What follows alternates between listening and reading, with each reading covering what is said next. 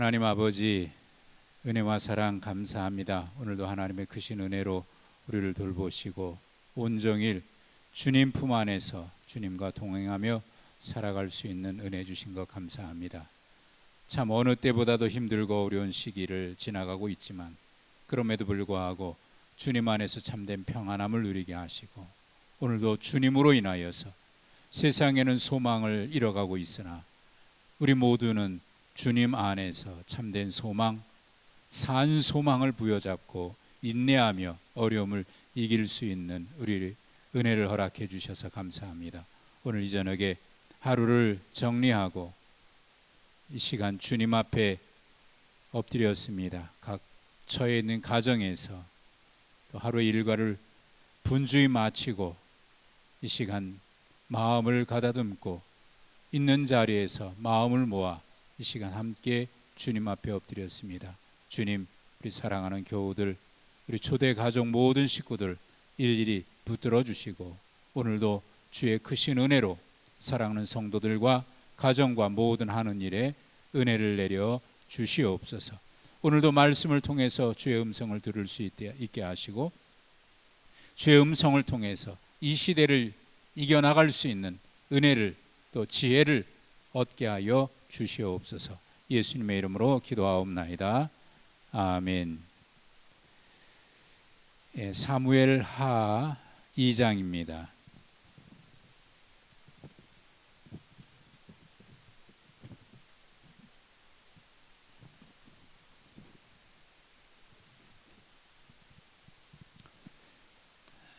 사무엘 하 2장 말씀을 우리 함께 보시겠습니다. 지난주부터 우리가 사무엘 하를 보고 있습니다. 둘째 번 시간이고 오늘 이 자리에 못 오셨기 때문에 여러분들 가정에서 홈페이지에 보시면 홈페이지 메뉴 쭉 보시면 게시판이 있습니다. 게시판을 클릭하시면 오늘의 묵상 그 난이 있습니다. 그 안에 들어가시면 오늘 우리가 함께 보실 말씀이 올라가 있습니다. 다운받으실 수 있는 분들은 거기서 다운받으시면 되겠습니다. 2장 1절부터 2장 전체 말씀인데 17절까지 함께 보시겠습니다. 2장 1절에서 17절입니다. 그 후에 다윗이 여호와께 여쭈어 아뢰되 내가 유다 한 성읍으로 올라가리이까? 여호와께서 이르시되 올라가라. 다윗이 아뢰되 어디로 가리이까? 이르시되 헤브론으로 갈지니라. 다윗이 그의 두 아내 이스라엘 여인 아히노암과 갈멜 사람 나발의 아내였던 아비가일을 데리고 그리로 올라갈 때에 또 자기와 함께 한 추종자들과 그들의 가족들을 다윗이 다 데리고 올라가서 헤브론 각 성읍에 살게 하니라. 유다 사람들이 와서 거기서 다윗에게 기름을 부어 유다 족속의 왕으로 삼았더라.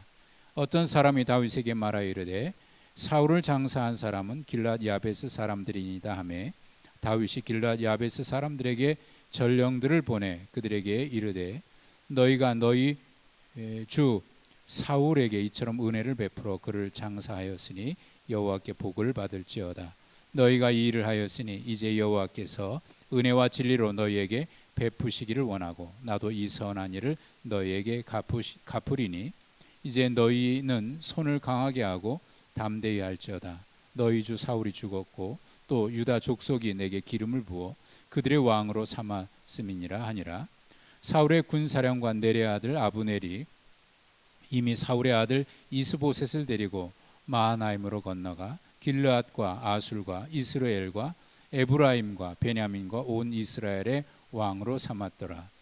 사울의 아들 이스보셋이 이스라엘 왕이 될 때의 나이가 40세이며 2해 동안 왕위에 있으니라. 유다 족속은 다윗을 따르니 다윗이 헤브론에서 유다 족속의 왕이 된 날수는 7년 6개월이더라. 넬의 아들 아브넬과 사울의 아들 이스보셋의 신복들은 마하나임에서 나와 기브온에 이르고 수라의 아들 요압과 다윗의 신복들도 나와 기브온 목가에서 그들을 만나 함께 앉으니 이는 못 이쪽이요 그는 못 저쪽이라. 아브넬이 요압에게 이르되 원하건대 청년들에게 일어나서 우리 앞에서 겨루게 하자. 요압이 이르되 일어나게 하자 하매 그들이 일어나 그 수대로 나아가니 베냐민과 사울의 아들 이스보셋의 편에 12명이요 다윗의 신복 중에 12명이라. 각기 상대방의 머리를 잡고 칼로 상대방의 옆귀를 찌르매 일제히 쓰러진지라.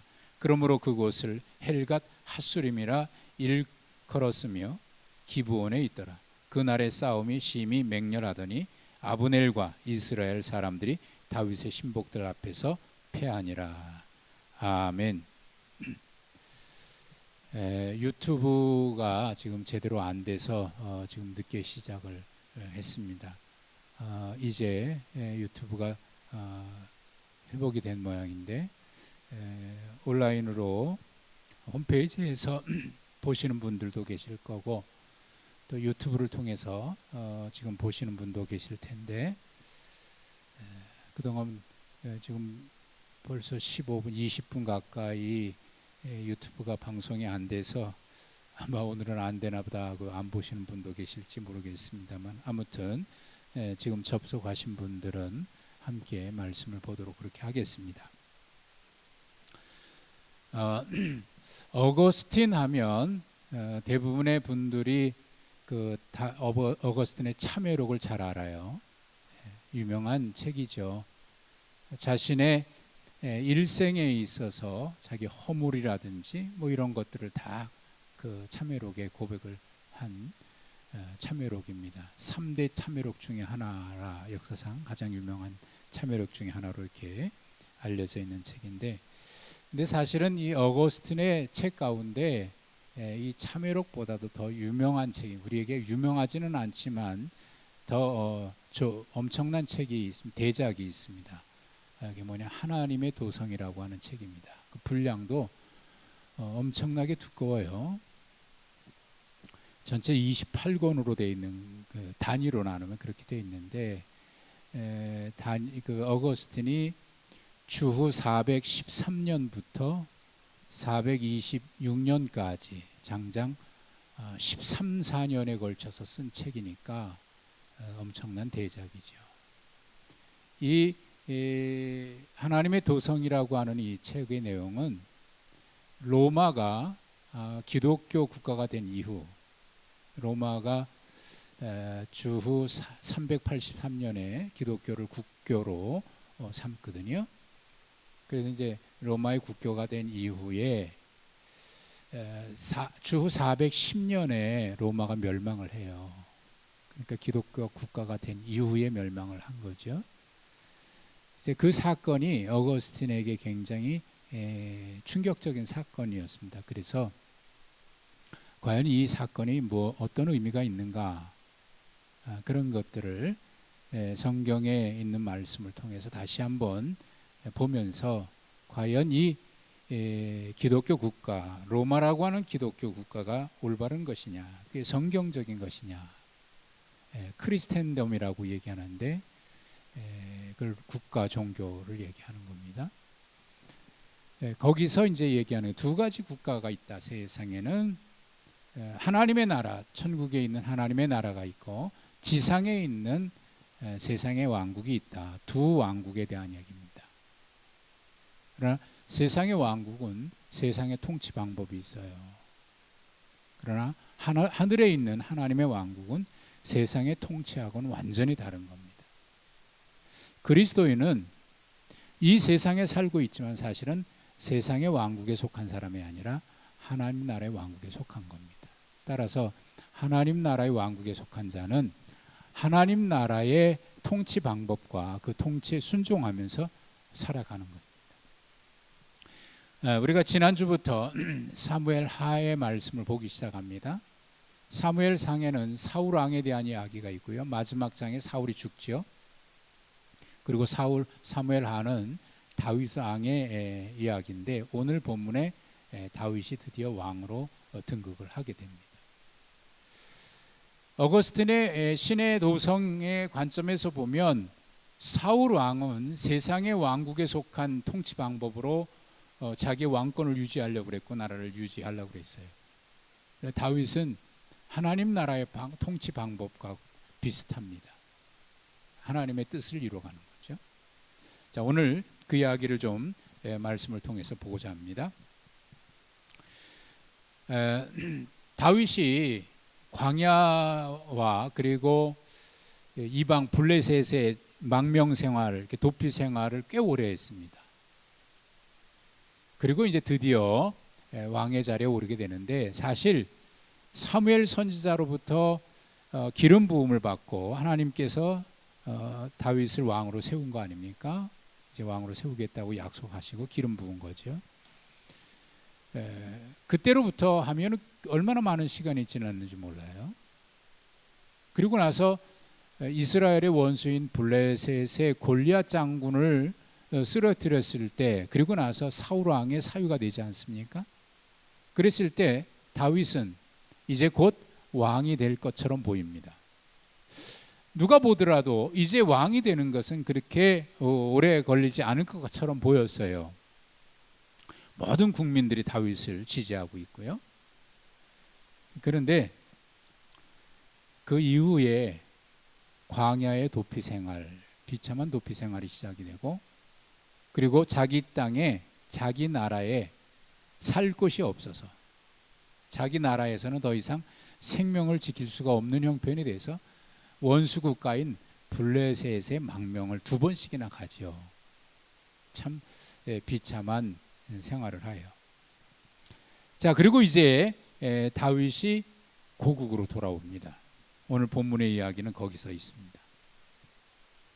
1절의 말씀에 1장에서 이제 다윗이 돌아왔던 이야기가 있었고요. 사울이 죽었고, 사실 다윗이 고국으로 돌아올 수 없었던 이유는 사울 왕 때문 아닙니까?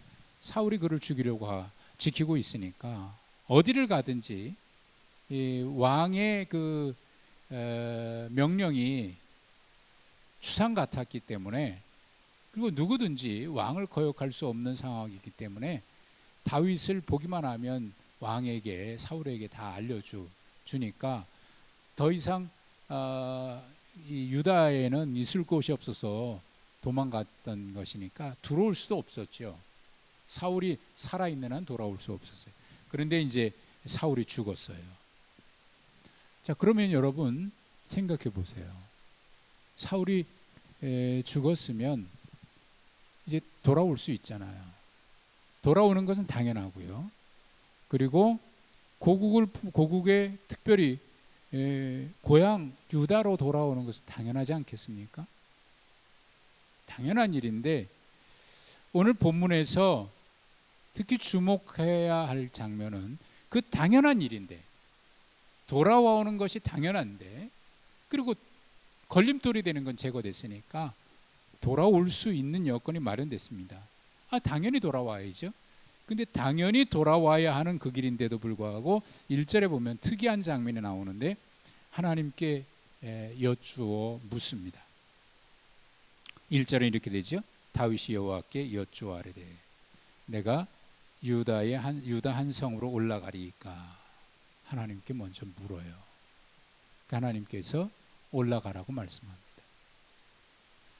그런데 하나님이 올라가라고 말씀하셨는데도 불구하고 다시 묻습니다. 하나님, 그러면 어디로 갑니까? 어디로 가야 합니까?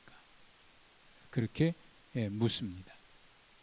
그리고 헤브론으로 가라고 하는 하나님의 지시를 받고 헤브론으로 돌아와요.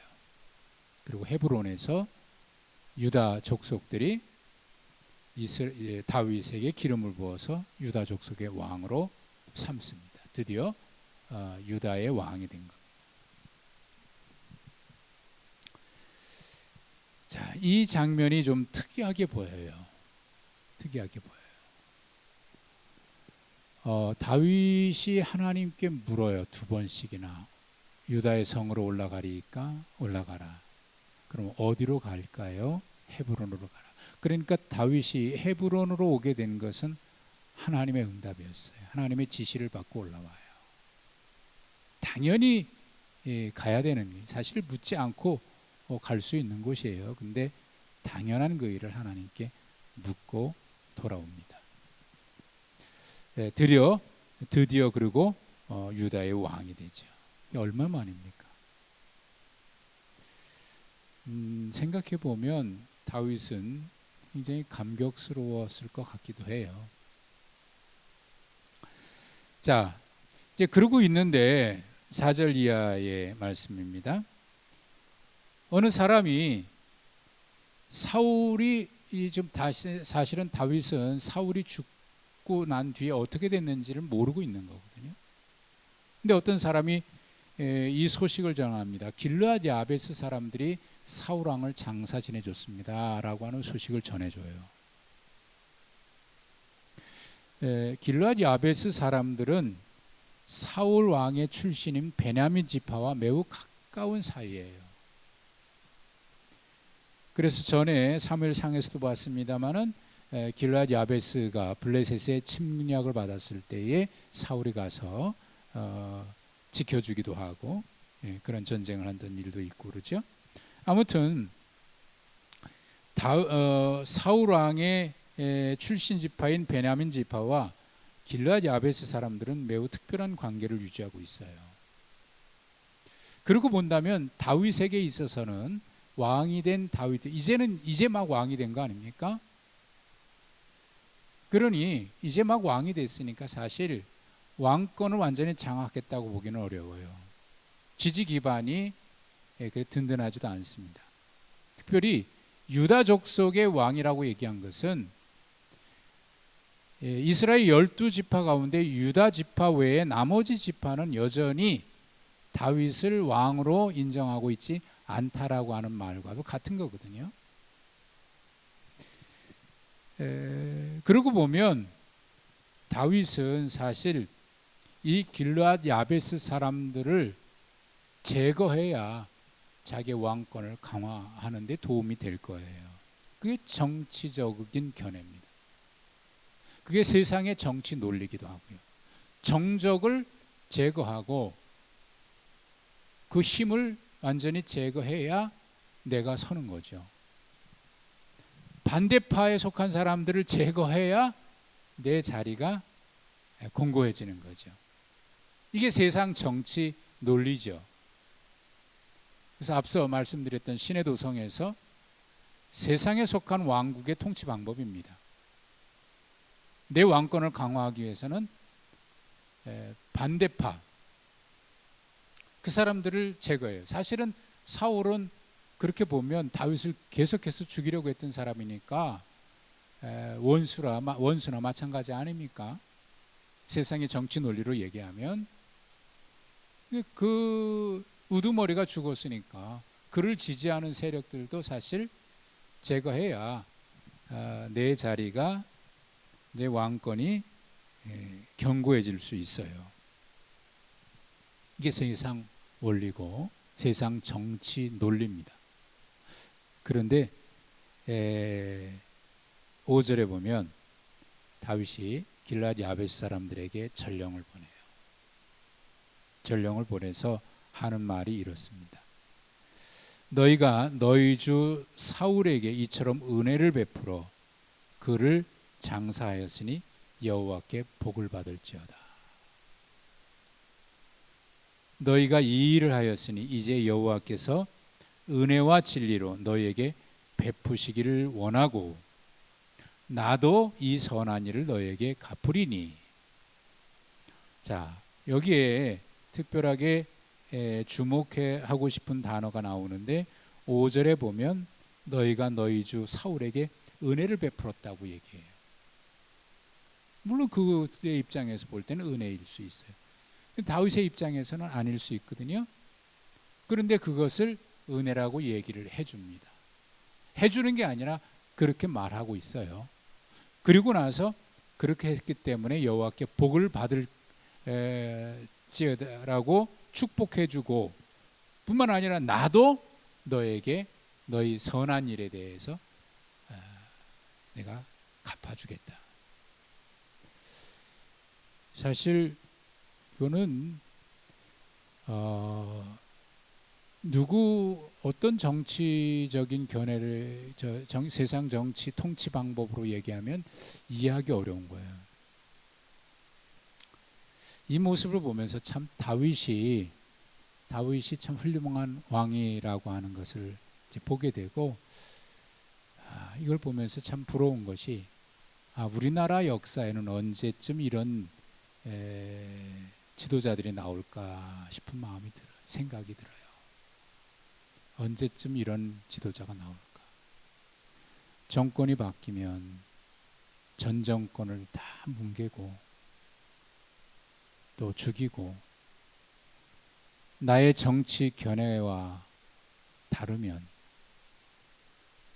그들의 업적은 다 인정하지 않고, 국가의 역사 속에서도 그걸 제거해 버리려고 하고, 불행한 역사죠.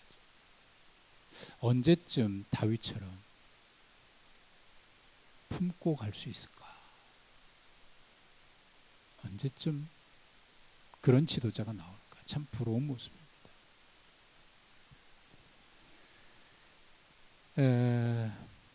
아무튼 그렇게 해서 다윗은 그 정적들을 다 품어 끌어안습니다. 그게 이제 이 7절까지 내용이고, 그 사이에 그 사울의 외삼촌이면서 사울의 측근이었던 장군이 있습니다. 아브넬입니다. 그가 사울 왕의 남은 아들 하나 이스보셋을 데리고 마하나임, 요단 동편이에요. 요단 동편까지 멀리 가서 이스라엘의 왕으로 그를 세웁니다. 그리고 나서, 근데 사실 그건 한 2년밖에 안 가요. 거기에 이제 2해 동안, 10절에 2해 동안 왕이 있고, 다윗은 7년 6개월 동안 통치하죠. 그러니까 이스보셋이 왕이 된 것은 아마 다윗이 유다의 왕이 되고 나서 거의 5년 반쯤 지난 다음에 진행된 것 같아요.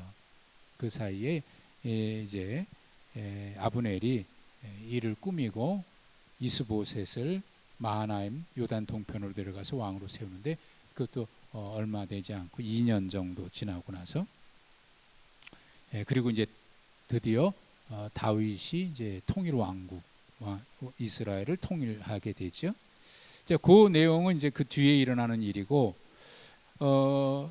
이스보셋을 왕으로 세우고 난 뒤에 아브넬은 이스보셋과 그 신복들을 데리고 기브온으로 쳐들어옵니다. 다윗을 공격하기 위해서죠. 13절에 또, 그러니까 다윗의 측근인 요압이 신복들을 데리고 맞서서 싸우게 되는 동족 상잔의 전쟁이 벌어지는 거예요. 불행한 역사죠. 이건 왜 그러냐면, 사실 다윗은 그럴 마음이 없었는데 이 아브넬의 욕망 때문에, 야망 때문에 그런 거예요. 이스보셋을 왕으로 세우고 난 뒤에 사실은 어떻게 보면 이스보셋은 허수아비나 마찬가지예요. 모든 실권은 아브넬이 가지고 있어요.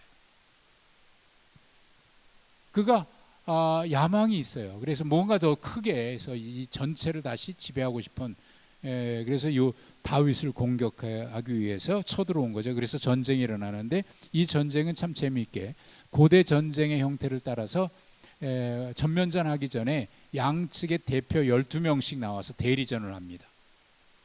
12명씩 서로 머리를 잡고 칼로 옆구리를 찔러서 이제 남은 자가 승리하는 거예요. 근데 이렇게 양쪽 12명씩 24명이 다 죽고 맙니다. 그리고 이제 본격적인 전면전이 시작이 되는데, 그 전쟁에서 아브넬과 이스라엘 사람들이 다윗에게 지고 패하고 쫓겨가요. 그리고 아브넬이 도망가다 요압이 그의 동생 아사엘을 시켜서 쫓아가는데, 사실 요압과 아브넬은 굉장히 친한 사이였거든요. 근데 거기서 요압의 동생이 이 아브넬에게 쫓아가다가 죽고 말아요. 그러자 요압이 더 이상 우리 이러지 말자 하고 전쟁을 끝내요. 근데 사실 이 전쟁으로 인해서 31절에 보면 이 그 사울 왕의 아들 이스보셋의 아브넬에 속한 자가 약 360명이 죽는 이 전쟁에서 불행한 역사죠. 자, 이게 오늘 본문의 이야기입니다. 자, 여기서 우리가 좀 몇 가지 좀 생각해 볼 게 있습니다. 첫째는 다윗이 왕에 오르기까지 참 오랜 세월이 지났잖아요. 거기서 시간만 오래된 게 아니라 많은 고난을 겪게 돼요. 근데 그 고난을 통해서 다윗은 하나님의 마음에 합한 자로 빚어집니다. 하나님이 그를 그렇게 그 고난을 통해서 빚으신 거죠. 이런 고난에 대한 고백은 다윗의 시편에 여러 번 나오죠. 내가 이 고난을 통해서, 환난을 통해서 주의 율례를 배웠다라고 하는 그런 고백도 나오고요. 자, 그렇게 해서 하여튼 오랜 세월이 지났지만 고난을 통해서 하나님의 마음에 합한 자로 빚어지고요. 그리고 이 과정에서 하나님은 백성들이 요구했던 사울왕, 백성들이 요구했던 사울왕은 어떤 왕이냐면 사무엘상 8장 5절과 8장 20절에 보면 백성들이 사울왕을 요구할 때, 사무엘에게 왕을 요구할 때 하는 말이 있어요. 우리도 다른 나라 왕처럼 그런 왕을 세워주십시오라고 얘기해요. 다른 나라 왕과 같은 그런 왕을 세워주십시오. 그러니까 사울 왕은요, 이방의 다른 국가와 같은 그런 왕이었어요. 반면에 다윗은 하나님께서 그 고난을 통해서 연단시키시고 하나님의 마음에 합한 자로 빚으시고 나서 다른 나라의 왕과는 전혀 다른 왕, 그 주변 국가의 왕과는 전혀 다른 왕으로 하나님이 다윗을 세우시는 거예요. 자, 이게 여기에 놀라운 하나님의 섭리가 있습니다. 하나님의 나라는 세상의 왕과 같은 통치자, 세상의 통치 원칙을 따라하는 그런 통치자가 아닌 힘으로 누르고 자기 권력 유지하기 위해서 백성들을 억압하고 정적이 나타나면 그를 죽이고 그런 것이 이 세상의 왕이라고 하면 하나님은 다윗을 그동안 많은 연단을 통해서, 고난을 통해서 세상의 왕과는 다른 왕의 모습을 가지고 있는 왕으로 빚으신 거예요. 고난에 감춰진 섭리입니다. 혹시 여러분도 우리가 고난이 축복이다라는 말을 하지만 사실 그 고난 속에 있을 때는 그런 말이 나오질 않습니다. 지금 고난의 현장에 있을 때 고난이 축복입니다, 누가 아무리 얘기해도 그 말이 귀에 들어오질 않습니다. 인정하고 싶지도 않아요. 그게 없었으면 좋겠고. 그런데 그 고난을 어떻게 견뎌내느냐. 로마서 5장에 우리가 이미 보았습니다마는 환난은 인내를, 인내는 연단을, 연단은 소망을, 그 소망은 우리를 부끄럽게 하지 않는다. 우리를 결코 실망시키지 않는다. 사실 이 환난은 인내, 인내는 연단, 연단은 소망, 이 과정이 시작되기 전에 이미 우리에겐 참된 소망이 있기 때문에 이걸 견뎌내는 거예요. 그러니까 여기에는 놀라운 하나님의 섭리가 있습니다. 백성들이 요구했던 세상의 왕은 결코 실패했어요. 그러나 하나님이 세우신 왕은 이런 훈련을 통해서 다른 나라와 같은, 다른 나라의 왕과 같은 왕이 아닌 그런 왕으로 세운 거예요. 그러니까 하나님의 세우신 종들은 세상의 방법이 아닌 하나님의 방법으로 하나님을 철저하게 신뢰하고 하나님의 말씀을 따라서 좌우로 치우침 없이 주님만 바라보면서 걸어갈 수 있는 그런 길을 걸어야 됩니다. 그게 하나님이 기뻐하시는 길이에요. 그리고 하나님은 그런 사람들을 분명히 세우시고요. 사실 여기에 당연히 돌아올 수 있는 일이고 묻지 않고 와도 되는 거예요. 고향으로 돌아가는 거죠. 이제 돌아갈 길이 열려서 돌아간다고 하면 당연히 유다 땅으로 와야 될 것이고 자기가 거기가 고향이니까 말이죠. 그리고 그 지역의 고향으로 돌아오는 건 당연하겠죠. 그런데 그걸 물어요. 내가 어디로 가야 합니까? 그리고 가라. 그 어디서 어디로 가야 합니까? 그렇게 해서 온 것이 헤브론이에요. 그러니까 헤브론은 정치적인 계산으로 여기에서 내가 왕이 돼야 되겠다라고 하는 그런 계산으로 그런 계획을 가지고 온 게 아니고요. 정치공학적인 관점에서 거기에서 내가 왕이 돼야 나중에 이 나라를 통치할 수 있겠다라고 하는 그런 자기의 계획으로 온 게 아닙니다. 하나님께 물어서 하나님이 인도하신 거예요. 근데 놀라운 것은요, 이 헤브론이 어떤 곳이냐는 거예요. 그렇게 해서 여기 헤브론에 이제 다윗의 도성을 나중에 세우게 되는데 여기서 이제 왕이 되잖아요. 자, 이 헤브론이 어떤 곳이냐면 아브라함이 그의 아내 사레나 또 이삭이나 그리고 자신도 묻혔던 그러기 위해서 세겜 족속들에게 땅을 산 곳이 뭐냐면 바로 이곳이에요. 그 땅이에요. 그러니까 하나님의 섭리로 보면 다윗이 헤브론에 와서 왕이 된 것은 하나님이 아브라함에게 주신 약속의 성취예요.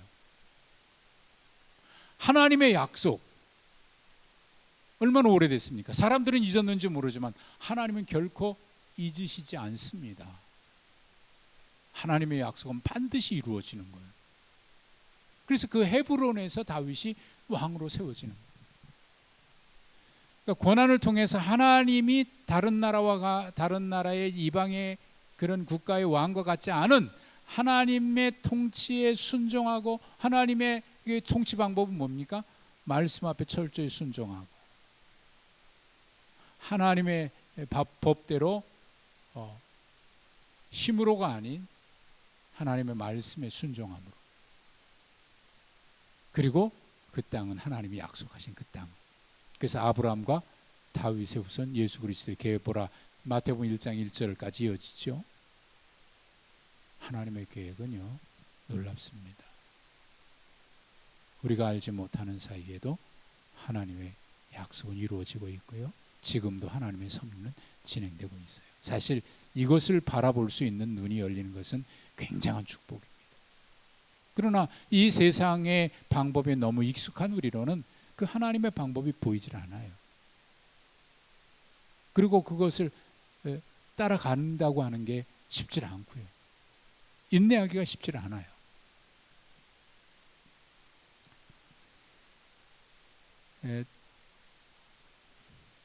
우리 여러분들이 각자 이 하나님의 고난을 통한 섭리 이런 것들을 혹시 깨달은 게 있는지 모르겠어요. 이런 것들을 깨달았던 경험들이 있는지. 아니 이런 것이 없이 깨달았으면 얼마나 좋아요. 그런데 그렇지 않고 혹시 지금도 여러분들이 어떤 어려움 가운데 있다고 하면 그 가운데 분명 하나님의 섭리가 있고 하나님의 역사하심이 있는 것을 바라보시면서 믿음으로 인내하실 수 있기를 바라요. 거긴 반드시 하나님의 뜻이 있습니다. 하나님이 여러분들을 어떻게 만들어 가시는 거예요. 두 번째 생각할 점은 다윗이 여호와께 묻는 장면입니다. 사울같이 결정적으로 다른 거죠. 근데 여러분 다윗이 여호와께 물었던 시점이 언제부터인지 아십니까? 다윗이 여호와께 물었다라고 하는 것이 다윗이 처음부터 그런 건 아니었어요. 처음부터 그런 건 아닌데 언제쯤부터 다윗이 여호와께 묻기 시작합니다. 그 장면이 처음으로 나온 장면이 사무엘상 23장 2절과 4절에 나오는데 다윗의 도피 생활 중에 있습니다. 다윗의 도피 생활 중에 블레셋이 그일라 성을 쳐들어와서 공격했을 때에 다윗이 하나님께 물어요. 하나님, 내가 그일라에 저 블레셋이 쳐들어왔는데 그들을 치러 가리까 말리까. 하나님이 그때 가라. 내가 그들을 내 손에 넘기겠다. 그때 두 번 물어요. 그때부터 다윗에게 아주 경건한 그런 그 뭡니까 경건한 그런 습관 같은 것이 생겼는데 그게 뭐냐? 하나님께 묻기 시작합니다. 그 이전은 안 물었거든요.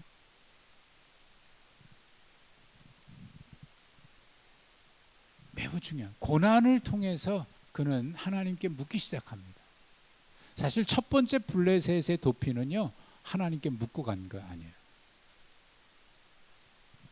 두 번째도 역시 그랬죠. 거기 가야 살 거라고 생각하고 갔죠. 근데 거기 가서 그는 더더욱 깨닫습니다. 아, 내가 임의대로 가지 말아야 되겠다. 하나님께 물어야 되겠다. 그 훈련이 그가 경험을 통해서 체험한 거예요. 그래서 사실 지금은 묻지 않고 와도 돼요. 묻지 않고 와도 돼요. 근데 지금 물어요. 그 얘기는 무슨 얘기입니까? 그때 그것을 통해서 많이 깨달았다는 거예요. 정말 깨달았다는 거예요. 아, 하나님께 묻고 움직이는 것이 이렇게 중요하구나. 사실 여러분 이런 거 뭐 하나님께 묻고 가는 분들이 얼마나 계시는지 모르겠어요. 이사할 때 하나님 그쪽으로 이사 갈까요 말까요? 그 묻는 분들 얼마나 되는지 모르겠어요. 사업할 때도 이거 해야 될까요 말아야 될까요? 이거 묻고 계시는 분들이 얼마나 계시는지 모르겠어요. 그건 묻지 않죠. 아, 이 사업이 잘 될 것 같아.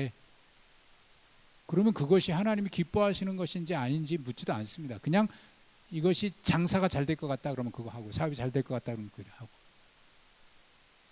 거기 가면 뭐 이런 거 저런 거 좋을 것 같아. 그거 먼저 계산하고 그리로 이사 가고. 하나님께 묻는 거 사실 거의 얼마나 많은 분들이 묻는지 잘 모르겠습니다.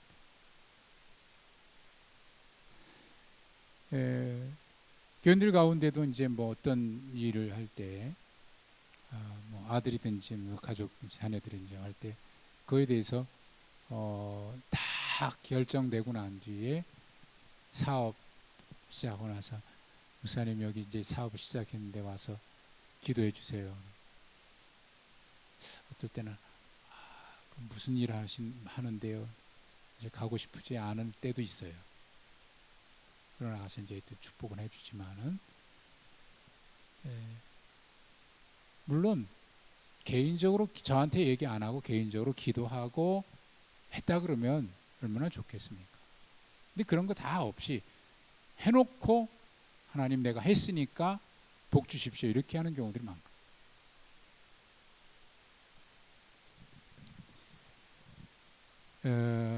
아무튼 그 일 이후에 다윗에게는 하나님께 묻는 것이 굉장히 중요했어요. 그래서 묻지 않아도 될 일인데도 불구하고 물어요. 그만큼 하나님께 묻고 응답받고 움직이는 것이 그에게 그렇게 중요하게 여겨지기 시작했다는 거예요. 이게 사울왕과 다른 모습이고 주변의 다른 그 국가의 왕과 다른 왕입니다. 근데 여러분 다윗이 어떤 방법을 물었을 것 같습니까? 그리고 어떻게 응답받았을 것 같습니까? 여기 있는 말씀을 보면 하나님께 직접 우리가 직통계시라고 얘기해요.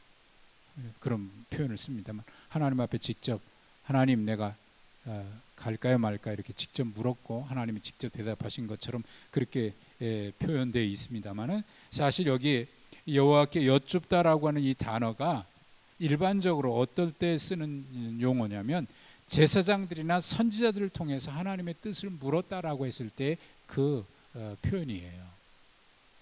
그러니까 다윗은 제사장이나 선지자를 통해서 하나님의 뜻을 물었고 그 선지자나 제사장을 통해서 하나님의 응답을 받은 겁니다. 사울하고도 완전히 다르죠. 사울은 사무엘 선지자가 살아있을 때 사무엘 선지자를 통해서 묻지도 않았고 또 하나님이 말씀하셨는데 그것도 무시하고 멸시하고 했잖아요. 굉장히 중요한 차이점이죠. 이게 사울과 다윗의 차이고요. 이스라엘 백성들이 세상의 다른 국가의 왕과 같은 왕을 요구했는데 그것이 이제 사울이고 그러나 다윗은 그런 국가 왕이 아닌 거예요. 하나님께 묻는 왕. 그리고 하나님의 뜻을 따라 행동하는 왕. 내가 왕이지만 이 나라의 주인은 하나님이다라고 하는 하나님의 종됨의 의식. 종됨의 의식.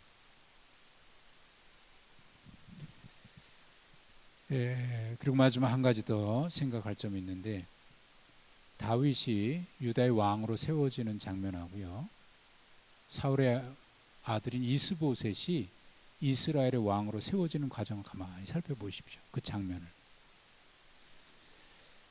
4절은 유다에서 다윗이 왕으로 세워지는 장면이고요, 8절과 9절은 마하나임에서 사울의 아들 이스보셋이 이스라엘의 왕으로 세워지는 장면이에요. 근데 거기에 보면은 4절에 보니까 유다 사람들이 와서 다윗에게 기름을 부어요. 유다 사람들이, 유다 족속 백성들이. 그래서 유다 족속의 왕이 돼요. 사실 기름 붓는 것은 하나님께서 선지자를 통해서 기름 부으시는 거거든요. 하나님이 기름 부으시는 거예요. 근데 여기에 백성 유다 족속들이 와서 기름 부어요. 이미 선지자를 통해서 기름 부은 것은 오래전에 했어요.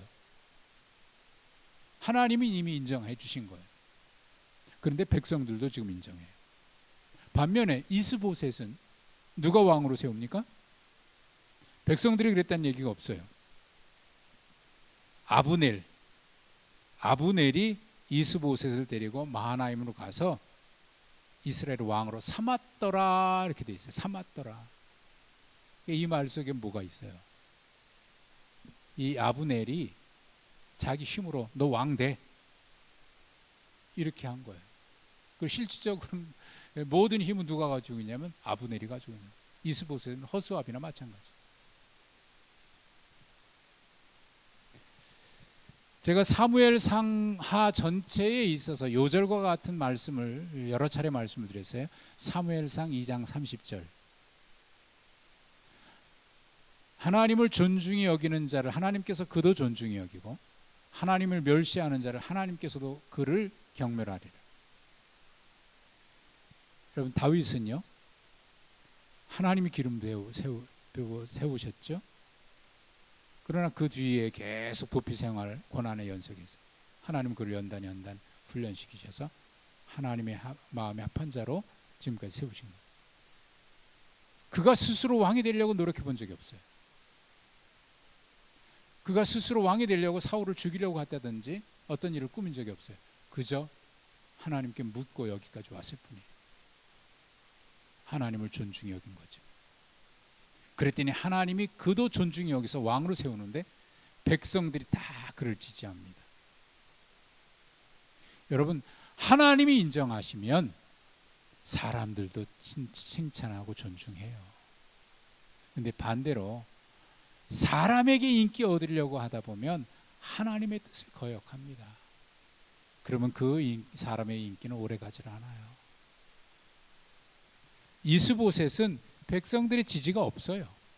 그저 아브넬이 너 내 힘이 있는 아브넬이 너 왕대 해놓고 세워놓고 자기가 실권을 가지고 좌지우지했던 거죠. 하나님을 멸시했던 사울의 집안은 이렇게 망하고, 하나님을 존중히 여겼던 다윗은 그가 스스로 왕이 되려고 하거나 권력을 잡으려고 하거나 높아지려고 한 적이 없는데 하나님이 그를 세우셨어. 하나님 세우셨는데 기름 부었는데 왜 이렇게 오랫동안 안 됩니까? 원망하거나 불평하지 않아요. 그저 묵묵히 처음에는 자기 지식으로 도망다니다가 깨닫고 하나님께 묻기 시작하죠. 하나님께 묻기. 그리고 물어서 이 헤브론까지 왔는데 바로 그것이 하나님의 섭리의 핵심이 있는 곳이에요. 하나님 그를 그렇게 세워요. 여러분, 하나님을 신뢰하십니까? 다윗은 하나님을 신뢰한 거예요. 하나님을 존중히 여기는 자, 하나님이 그도 존중히 여기고 하나님이 그도 세우시는 거예요. 여러분, 그리스도인의 삶은요, 하나님을 기쁘시게 하는 것이고 백성들을 또 이웃을 존중히 여겨서 서로 덕을 끼치는 거예요. 그리스도인의 삶은 나의 이익을 위해서 사는 사람들이 아니라 하나님과 이웃의 덕을 끼치면서 사는 사람들. 하나님이 그를 세우셔요. 아브라함이 그랬고 이삭도 그랬고 또 요셉도 그랬고 다윗의 모습도 역시 그렇습니다. 하나님이 존중히 여겨주십니다. 하나님이 세우시면, 하나님이 인정하시면 세상 사람들도 뭐 지금 당장은 모를지 몰라요. 그러나 궁극적으로는 하나님이 인정해 주시는 사람을 백성들도 사람들도 이웃들도 인정합니다. 반면 하나님의 인정보다 사람의 인정이 더 중요하게 여겨지는 사람은 사람을 따라 움직이다 보니까 하나님의 뜻에는 관심이 없어요. 그게 사울이었습니다.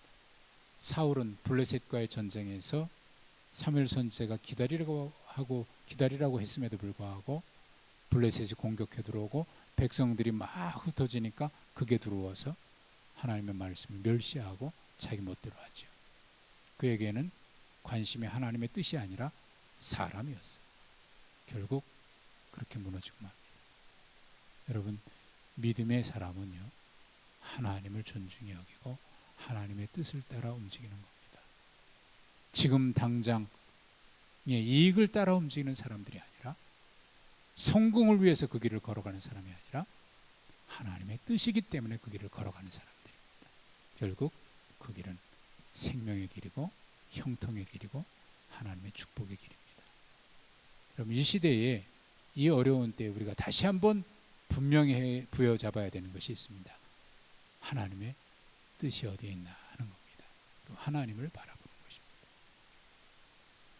그렇게 믿음으로 걸어가셔서 하나님이 존중히 여기는 자를, 하나님 존중히 여기는 자를 하나님 그도 존중히 여기는 그런 축복, 다윗의 길을 걸어가는 우리 모두가 되시길 주님의 이름으로 축복합니다. 다시 한번 오늘 내일 태풍 올라온다고 하는데 여러분 안전하시고 밤 사이에 큰 어려움 없도록 여러분 가정 또 모든 하는 일 큰 사고 없이 평안히 이 태풍도 지나갈 수 있기를 바랍니다. 기도하겠습니다. 하나님 참 감사합니다. 이 세상의 사람들은 세상의 욕심이 눈에 보이나 우리는 보이지 아니하나 영원한 하나님 나라를 바라보면서 살아가는 하늘에 속한 자들입니다. 하나님 오늘 우리에게 그것을 분별할 수 있는 지혜를 주시고 또 그 뜻을, 하나님의 뜻을 따라 하나님의 말씀을 따라 순종하면서 하나님의 뜻을 묻고 그 길을 걸어갈 수 있는 참된 믿음의 길을 걸어가는 우리 모두가 되게 하여 주시옵소서. 그래서 마침내 하나님이 세우시는 그 자리에 설 수 있는 형통의 사람들 다 되게 하여 주시옵소서. 우리 주님 예수 그리스도 이름으로 기도하옵나이다. 아멘.